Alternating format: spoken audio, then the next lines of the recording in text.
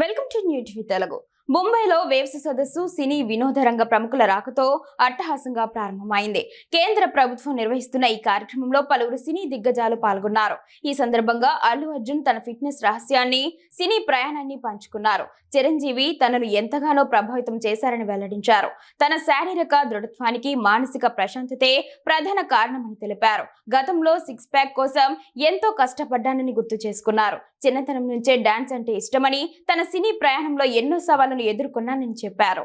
సినిమానే నా ప్రపంచం. నాకు మరో ఆలోచన లేదు. ప్రేక్షకులు, అభిమానులు చూపించిన ప్రేమే నన్ను ఈ స్థాయికి తీసుకువచ్చింది. ఇంకా ఎంతో సాధించాల్సి ఉంది అని అల్లు అర్జున్ పేర్కొన్నారు.